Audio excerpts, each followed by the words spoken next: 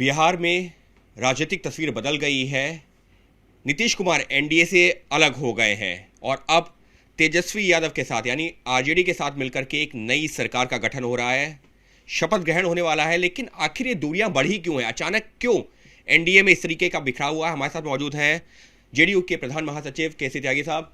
Sir, अचानक जो है ये क्या हुआ? 1.5 साल तक सरकार चल रही थी, लेकिन अब नीतीश कुमार एनडीए से बाहर आ गए, तेजस्वी यादव के साथ मिलकर के सरकार बनाने की तैयारी। देखिए, इस बार शुरू से ही रिश्तों में खटास रही, जिसका जिक्र हमारे अध्यक्ष ललन सिंह जी ने किया है। चिराग मॉडल, चिराग की पार्टी के टिकट पर बहुत सारे भारतीय जनता पार्टी के नेताओं ने चुनाव लड़ा। भारतीय जनता पार्टी में भी और जनसंघ में भी पहले इस तरह की परंपरा नहीं थी।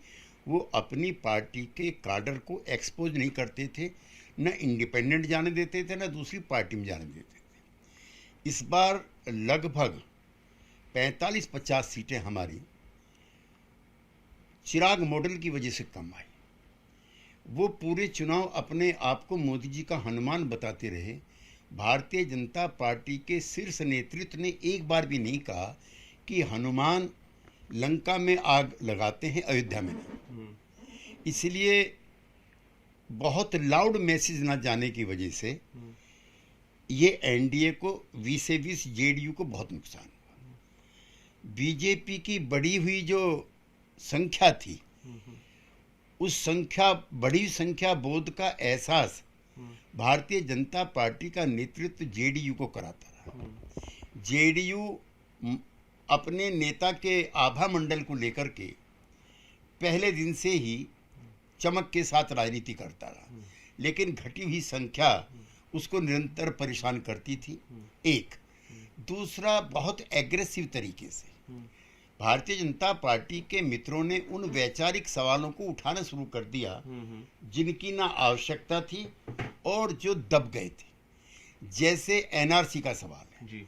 एनआरसी सुप्रीम कोर्ट के निर्देश पर सिर्फ और सिर्फ आसाम के लिए तय हुई है और आसाम की बीजेपी की सरकार के मुख्यमंत्री सोनोवाल ने भी उसको इम्प्लीमेंट करने से मना कर दिया। फिर बिहार में एनआरसी कैसे लागू हो सकती है? समूचे देश के लिए कोई सामान आचार संहिता तय नहीं हुई है। सर, अगर इसी पर जो मैं आऊँ कि आखिर आप अब जिक्र कर रहे हैं मुद्दों का, एनआरसी का आपने जिक्र किया, अगर मैं 5 मुद्दे बात करूं जहां से डिफरेंसेस बढ़े हैं, वो कौन से 5 मुद्दे रहे? एक तो एनआरसी रहा जी। दूसरा, जनसंख्या नियंत्रण रहा जी। उस जनसंख्या नियंत्रण को लेकर के भी बिहार में 5 पॉइंट कुछ से 3 पॉइंट कुछ आ गया। राष्ट्रीय स्तर पर भी जी। खुद केंद्र सरकार ने लोकसभा में माना है कि जनसंख्या नहीं बढ़ रही है और औसत 2.2 है। मुस्लिम आबादी इलाकों में नंबर 1 लक्षद्वीप है, जहां का एवरेज 1.4 है, जबकि देश का 2 पॉइंट समथिंग है। Number 3, uniform civil code.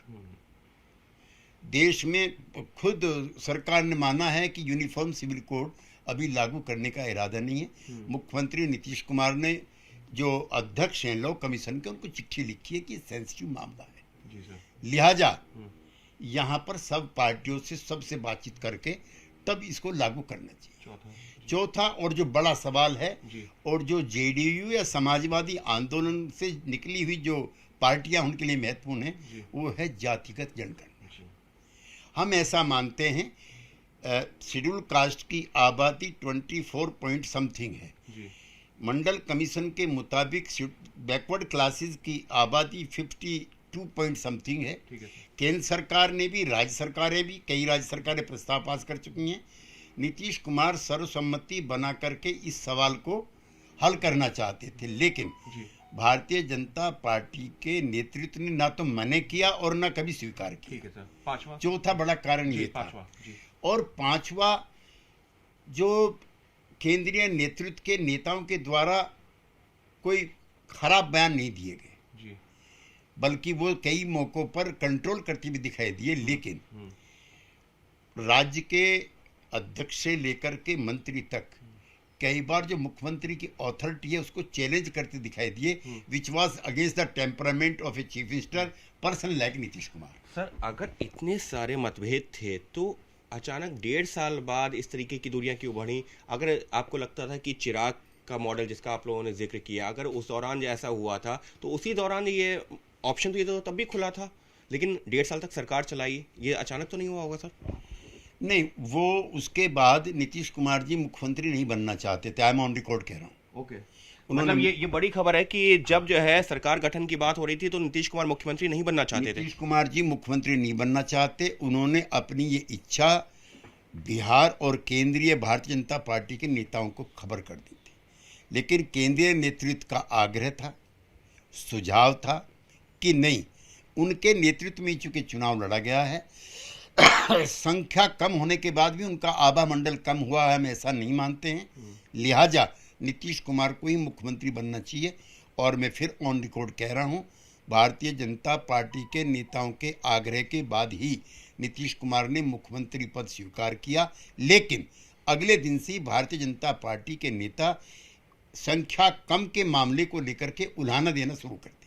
तो सर इस समय चर्चा ये हो रही है, ये नौबत इस वजह से है क्योंकि राष्ट्रपति या उपराष्ट्रपति पद चाह रहे थे नीतीश कुमार, और अब जो है जब अलग हो गए हैं तो 2024 में प्रधानमंत्री नरेंद्र मोदी को चुनौती दे सकते हैं क्या? अब एक पहला सवाल, क्या राष्ट्रपति या उपराष्ट्रपति पद नहीं मिला, इस वजह से ये दूरियां बढ़ी?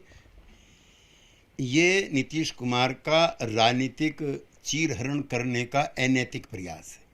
नीतीश कुमार जी ने किसी भी स्टेज पर न जनता दल यू के किसी नेता ने, भारतीय जनता पार्टी के किसी नेता से न उपराष्ट्रपति की चर्चा चलाई, न राष्ट्रपति की चर्चा चलाई। यद्यपि मैं स्वयं भी मानता हूँ, पार्टी भी मानती है और बहुत सारे लोग मानते हैं कि वो इन बड़े पदों के लिए जो योग्यतम व्यक्ति हैं उनमें से एक है। लिहाजा ये झूठा प्रचार है। अब सर 2024 की तरफ क्या नीतीश कुमार अब जो है प्रधानमंत्री की रेस में शामिल हो रहे हैं इसके बाद में? क्योंकि अब चर्चा यहाँ से ही शुरू हो गई है कि नीतीश कुमार अब उनका जो है, और तमाम विपक्षी पार्टियां भी, कांग्रेस की तरफ से तो कहा ही जाने लगा है कि हाँ, कांग्रेस हो गए, शरद यादव हो गए, तमाम ऐसे नेता हैं जो ये कह रहे हैं कि हाँ, नीतीश कुमार को जो है 2024 की तरफ देखना चाहिए। देखिए, जनता दल यू का पहले से ही ये आंकलन रहा है और उनका ये कहना रहा है कि यद्यपि नीतीश कुमार जी में वो सारे गुण और अनुभव मौजूद हैं जो किसी प्रधानमंत्री में होने चाहिए।